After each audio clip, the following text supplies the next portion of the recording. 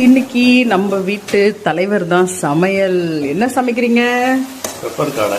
Pepper காடையா? காடை வாங்கிட்டீங்களா? செம்ம. எத்தனை ஜோடி காடை அது? 3 ஜோடி. 3 ஜோடி. என்னென்ன போட்டிருக்கீங்க?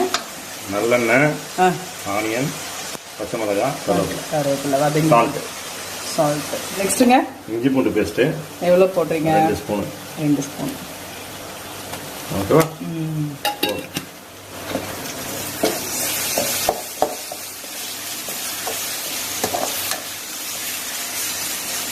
வதங்கிடுச்சா? ஆமா. இதுல தக்காளி போடக்கூடாது. இதுக்கா? ஆமா. இதுல வந்து சோம்பு, சீரகம், மஞ்சத்தூள், மிளகுத்தூள், மிளகாத்தூள் அதெல்லாம் அரைச்சு தூள். சோம்பு, சீரகம், மஞ்சள் தூள், மிளகாய் தூள், மிளகுத்தூள். Okay, super. தீய போகுது, விட்டுடுங்க. சிம்மில் வச்சிடணும்ல இந்த மாதிரி போடும்பொழுது. எண்ணெயிலே வதங்குது. க்ளீன் பண்ண காடைகள் இதில் சேர்க்கிறார்.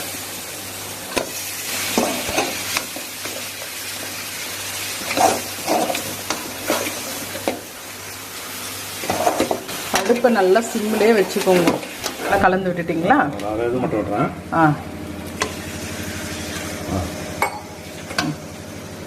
அதை கலரி விடுங்க.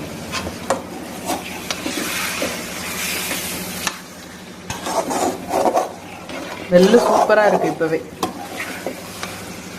இதுவும் தண்ணி விடும் நல்லா இல்ல? சிம்ல போட்டு மூடி விட்டோம்.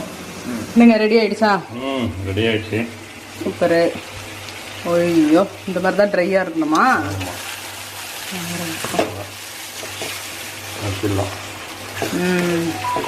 பரவாயில்ல, ஜாஸ்தி அடியே பிடிக்கல.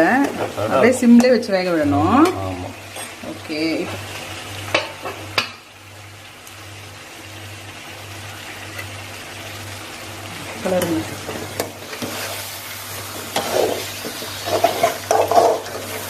சூப்பரான காடை மிளகு தொக்காங்க.